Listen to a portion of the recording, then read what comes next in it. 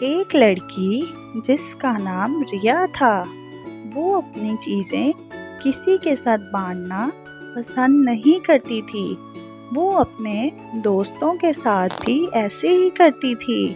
ایک دن وہ اپنے اسکول کے دوستوں کے ساتھ سیر و تفریح کرنے گئی۔ وہ اپنے ساتھ پھل لے کر گئی۔ اچانک وہ گر گئی اور اس کے سارے پھل بھی گر گئے۔ وہ زاروں قطار رونے لگی۔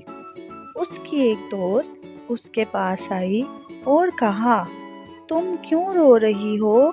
مجھ سے سینڈوچ لے لو۔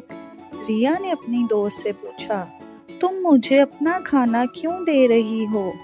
اس نے کہا، میری امی نے مجھے سکھایا ہے کہ ہمیں اپنی چیزیں دوسروں کے ساتھ بانٹنی چاہیے۔ اس سے ہماری چیزوں میں بھی برکت ہوتی ہے۔ تو پیارے بچوں، ہمیں اپنی چیزیں ہمیشہ دوسروں کے ساتھ بانٹنی چاہیے۔